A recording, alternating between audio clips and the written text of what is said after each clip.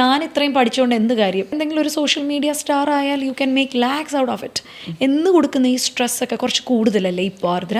ഉണ്ട്, അത് ഇല്ല എന്ന് പറയാൻ പറ്റില്ല. കമ്പാരിസൺ എന്ന് പറയുന്നത് എല്ലാ ആളുകളെയും ഇന്ന് ബാധിച്ചിട്ടുള്ളൊരു വിഷയമാണ്.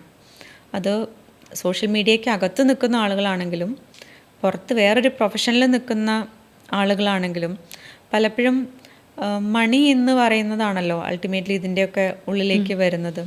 മണി ഡിഫൈൻ ചെയ്യുന്ന ഒരുപാട് കാര്യങ്ങളുണ്ട്. ഹെൽത്ത്, ഹാപ്പിനെസ്, അങ്ങനത്തെ ഒരുപാട് കാര്യങ്ങൾ. ഒന്നും അല്ല എന്ന് പറയുന്ന ആളുകളൊക്കെ ഉണ്ടെങ്കിലും ഈ സൊസൈറ്റിയിൽ മണി ഒരു ഇമ്പോർട്ടൻറ്റ് ഫാക്ടർ തന്നെയാണ് ജീവിക്കാൻ. ഒന്നും വേണ്ട, മെൻ്റൽ ഹെൽത്ത് ഫീൽഡിൽ തന്നെ വരുമ്പം സെഷൻസ് പ്രോപ്പറായിട്ട് എടുക്കണമെങ്കിൽ അവർക്കൊരു ഫൈനാൻഷ്യൽ സാഹചര്യം ഉണ്ടാവണം.